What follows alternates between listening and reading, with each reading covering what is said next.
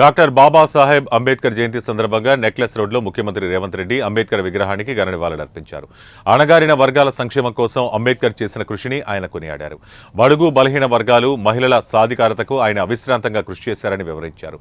దీర్ఘదృష్టితో దేశ భవిష్యత్తును ఊహించి దార్శనికతతో రాజ్యాంగాన్ని రూపొందించిన అంబేద్కర్ భావితరాలకు స్ఫూర్తిగా నిలిచారని స్మరించారు. ప్రజల హక్కుల కోసం అంబేద్కర్ చేసిన పోరాటం ప్రపంచానికి ఆదర్శమని, ఆయన ఆశయాలను సాకారం చేయడానికి అందరూ కృషి చేయాలని ముఖ్యమంత్రి పిలుపునిచ్చారు. తెలంగాణ రాష్ట్ర ఏర్పాటు కలను సాధ్యం చేసింది అంబేద్కర్ రాజ్యాంగమేనని ముఖ్యమంత్రి గుర్తు చేశారు. బాబాసాహెబ్ స్ఫూర్తితో రాష్ట్ర ప్రభుత్వం ఎస్సీ, ఎస్టీ, బీసీ, మైనార్టీ వర్గాల అభ్యున్నతి కోసం కట్టుబడి పనిచేస్తోందని తెలిపారు. దళితుల అభ్యున్నతిలో తెలంగాణ దేశానికి మార్గదర్శకంగా నిలవాలని లక్ష్యంగా పెట్టుకున్నట్లు స్పష్టం చేశారు. అంబేద్కర్ ఆలోచనల నుంచి ప్రేరణ పొంది ప్రజాప్రభుత్వం ఎస్సీ వర్గీకరణ, బీసీ రిజర్వేషన్ల పెంపు వంటి కీలక నిర్ణయాలతో సంక్షేమ పథకాలను అమలు చేస్తోందని ముఖ్యమంత్రి తెలిపారు.